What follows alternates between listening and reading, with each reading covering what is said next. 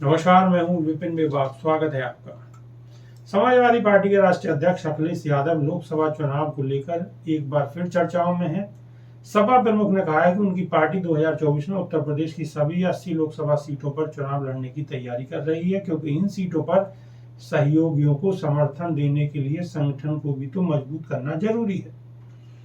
India गठबंधन महत्वपूर्ण घटक दल समाजवादी पार्टी के अध्यक्ष अखिलेश यादव ने शनिवार को गोरखपुर में मीडिया से बातचीत करते हुए कहा है कि लोकसभा चुनाव के लिए समाजवादी पार्टी की सभी 80 सीटों पर तैयारी है।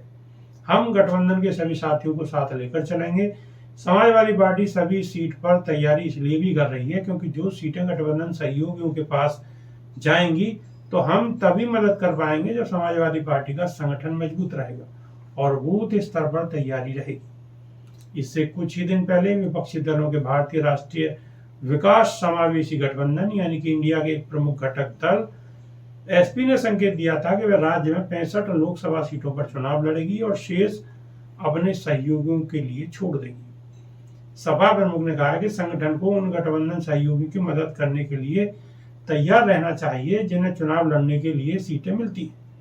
उन्होंने कहा कि यदि रूपानी नहीं रहेगी तो हम गठबंधन के प्रत्याशियों की मदद कैसे करेंगे। सपा इंडिया के साथ है और पीडीए यानी कि पिछड़ा, दलित और अल्पसंख्यक हमारी रणनीति है और इससे एनडीए को परेशानी हो रही है, यानी कि एनडीए को इसने परेशान कर दिया है।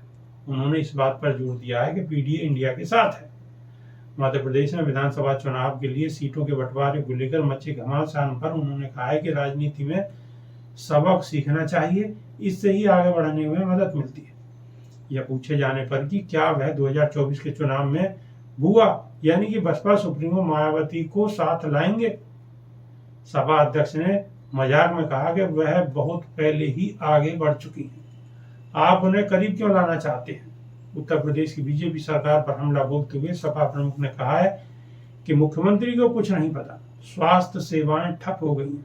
अगर कोई गरीब इलाज के लिए जाता है तो वो बगैर इलाज के ही वापस चला आता है। भाजपा सरकार ने अब तक एक भी जिला अस्पताल नहीं बनाया है। अभी के लिए सिर्फ इतना ही। नमस्कार।